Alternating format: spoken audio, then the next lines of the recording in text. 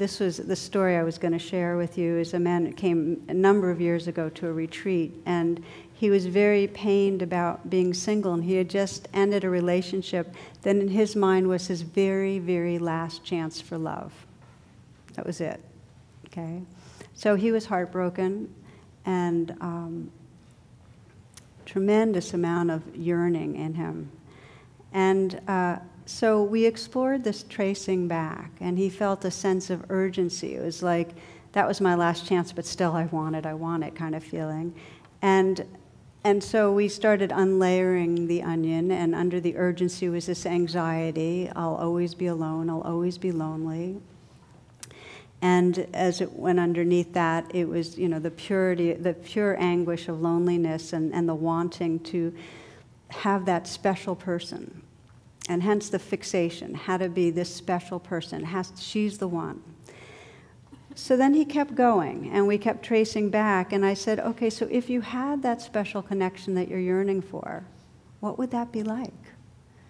And he started saying, okay, if I had that, what would it be like? And it went from her to what would it be like? Oh, I would feel really alive and full and whole and just in love. You know, it was, in other words, the object dropped away, and it was just wholeness and in love.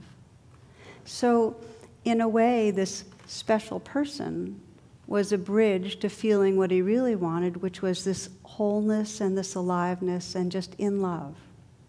Okay? So then for the rest of the retreat, every time he'd be fixating on her, the one he had lost, he'd feel that sense of anxiety and urgency, and underneath that, what am I really longing for? And then he'd say, okay, what would that feel like? And he'd find it right there in that moment, over and over again. One of the most powerful teachings that I've ever encountered is this one question: isn't it true that what you most long for, the love, the freedom, the peace, is already here? Now, if your mind is tearing in all different directions, you'll say, no, it's not true. You know, I don't feel it here, I just feel anxious and urgent.